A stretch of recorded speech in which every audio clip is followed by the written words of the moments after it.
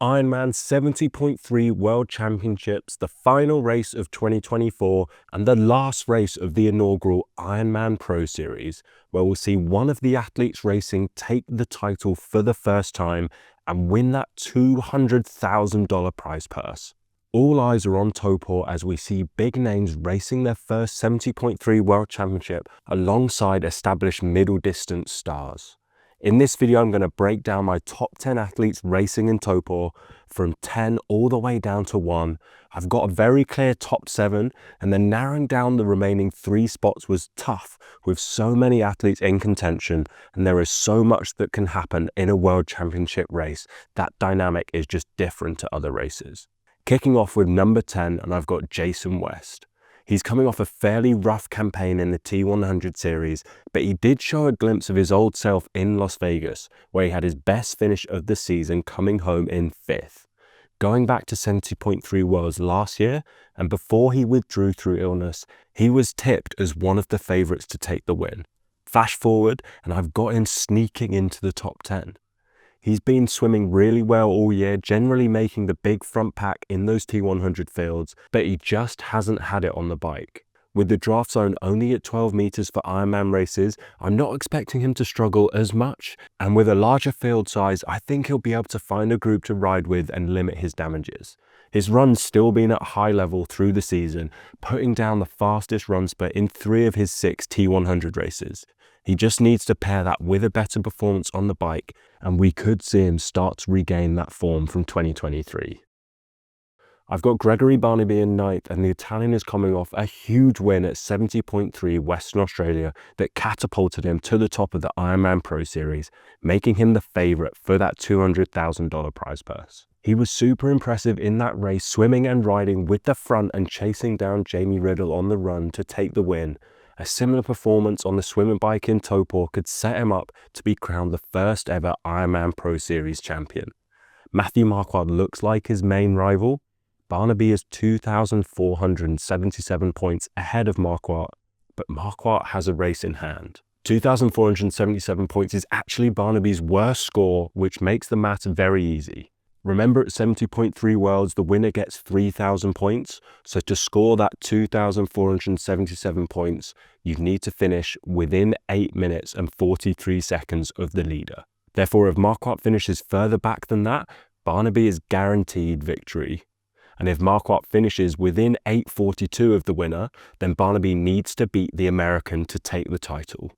This is Marquardt's first 70.3 World Championship, and he's typically better at the longer distance. But you go back to the US Open last year and he finished 7 minutes and 30 seconds behind the winner.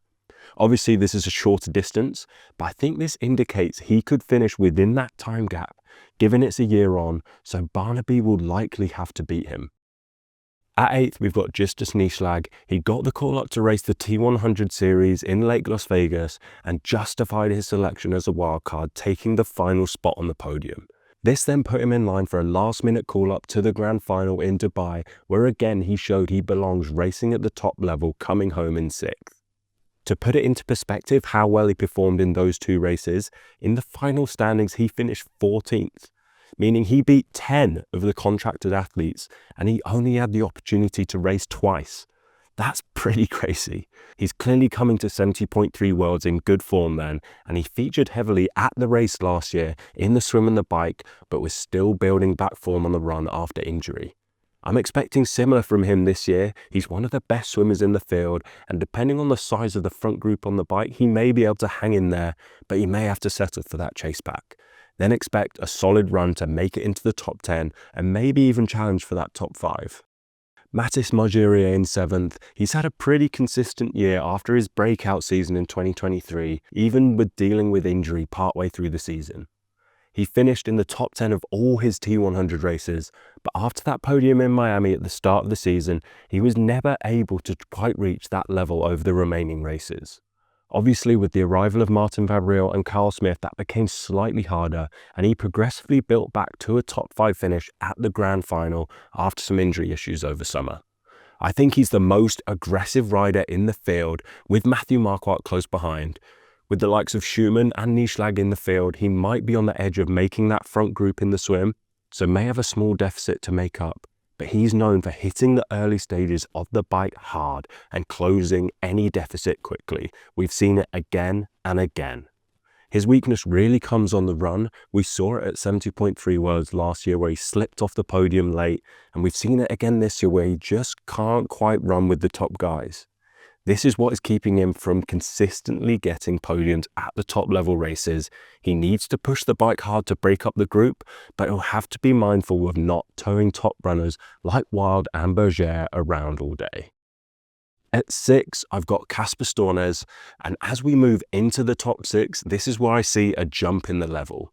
Stornes is a bit of a difficult one to assess. He's shown glimpses this year in short course with 5th in Hamburg, but also seemed to struggle in every other WTCS race. He absolutely dominated 70.3 Warsaw in June, a low-level race where he won by 7 minutes. His main competition was really Casper Stornes. They rode together and then Stornes was able to comfortably run away to take the win. He also got the better of Sam Long and Mark Dubrick at the end of the 2023 season at Indian Wells, so he's shown he can compete with some top athletes, but he's relatively unproven at top-level middle distance racing. He raced the US Open back in 2022 and finished with a DNF. He's definitely in contention for the podium in Taupo, but with the level at the top of the field and what they have proven this year, it's not straightforward to make it. Stornes should make the front swim group depending on how big it ends up being, and he's shown he's strong on the bike, but his big strength is his run. He's run a 110 in his last 2 70.3s, and if he comes off near the front, then he's going to be a big threat. The question will be if he can hang in there on the bike with Margirier, Wilde and Bergere pushing the pace. I've got Yello Games in 5th, and I can see why people might think this is a bit on the low end, which it definitely could be. He's coming off that win at T100 Lake Las Vegas where he got the better of the eventual series champion Martin van Riel. Surely that makes him the dead favourite to win in Taupo. Not necessarily. I think that course suited him more than Taupo does, and he hasn't shown the same level in his other 70.3s this year.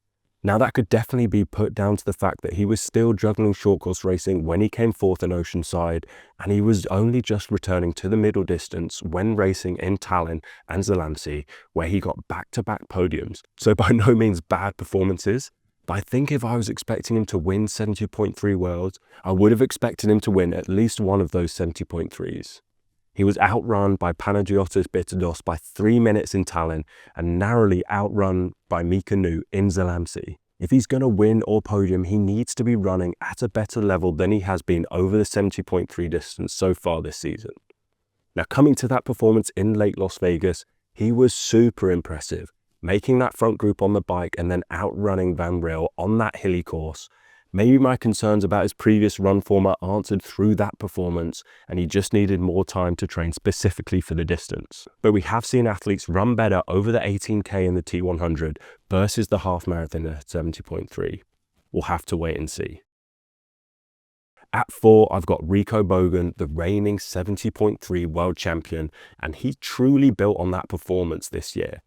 The rumour was at the start of the season he was given a last-minute T100 contract after other athletes didn't accept it, and he took full advantage of it, showing he fully deserved a contract, finishing on the overall series podium after that crazy impressive performance at the grand final where he pushed Martin van Riel all the way.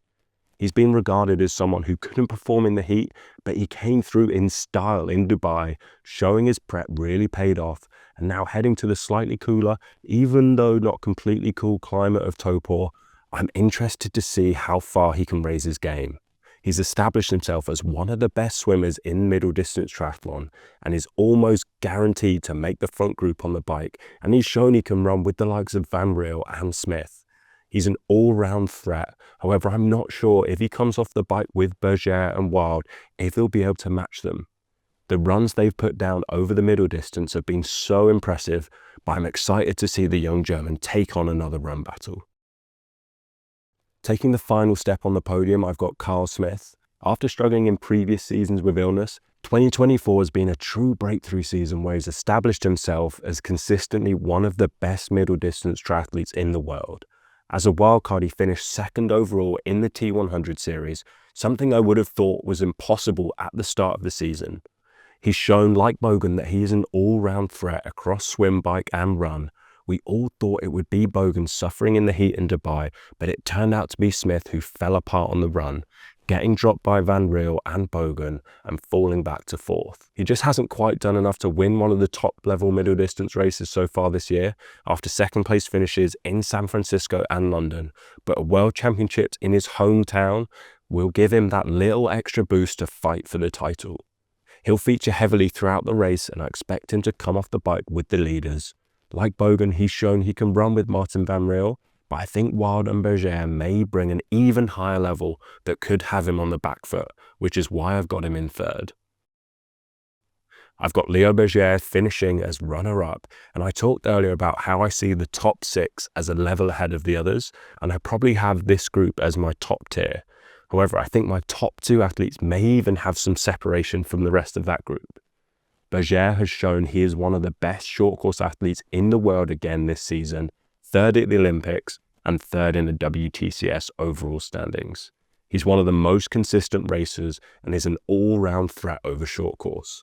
We've seen him step up to the middle distance over the last few years, winning 70.3 Lanzarote in 2022, 70.3 Oceanside in 23, and then 70.3 Valencia earlier this year. However, this will be his first 70.3 World Championship and his biggest test so far over the middle distance. He's clearly shown he's extremely strong over the middle distance with those wins, and he doesn't really have a weakness. He swam away from top swimmers like Ben Canute, shown he can ride away from front pack riders like Jan Stratman in Valencia, and then he's run 110 splits in all 3 of those 70.3 wins. The question will be, does stepping up the distance close the gap he has to Hayden Wilde on the run? He hasn't been able to contend with Wilde on the run in short course, and that could be the deciding factor in Taupo. And taking the title, I've got Hayden Wilde. I think he's the clear favourite to take the win. He's had another world-class season, and even though he came short in the Olympics and in the WTCS, he finished his short course season on a high with that super impressive win in the grand final, getting the better of Alex Yee over the Olympic distance for the first time. You can tell he's had this race on his mind for a long time. He was born in Taupo and he made a big sponsorship change at the start of last season, moving to Canyon, who bring a huge amount of support for racing over the longer distance. He was straight into aero testing and was looking dialed at 70.3 Melbourne last year, where he qualified for Taupo in dominant fashion, posting the fastest swim, bike and run, and put down a 1:08 half marathon, which is crazy fast. His biggest weakness in short course is the swim, which is essentially neutralized in middle distance racing. He's shown he's a demon on the bike, so expect him to be able to follow the attacks from Bogen and Margirier and come off the bike with the leaders before unleashing that run. It will definitely be a battle with Bergere, and you can throw in Smith, Bogen, Gaines and Stornes. If they all come off the bike together, then it's going to be thrilling, but I've got Wilde taking the win. So there are my top 10 athletes, just running through them again. Jason West in 10th, 9th for Gregory Barnaby, 8th for Justus Nieschlag, Mattis Margirier in 7th, Casper Stornes in 6th, 5th for Yello Gaines, 4th for Rico Bogen, podium in 3rd for Carl Smith, runner-up in 2nd Leo Bergere, and Hayden Wilde to take the crown. Now there are so many more athletes racing that could have been mentioned. I'll be keeping an eye on Brits Tom Bishop and Harry Palmer, who could both crack the top 10. And then we've got Christian Hogenhaug, Matthew Marquardt and Matt Hansen, all fighting for Pro Series points. There's a lot to follow all the way through the race. Let me know down below who you think I've missed from my top 10. Make sure you tune in to catch all the action, and if you enjoyed this video, then go and subscribe down below to catch the women's preview coming up next. See you there.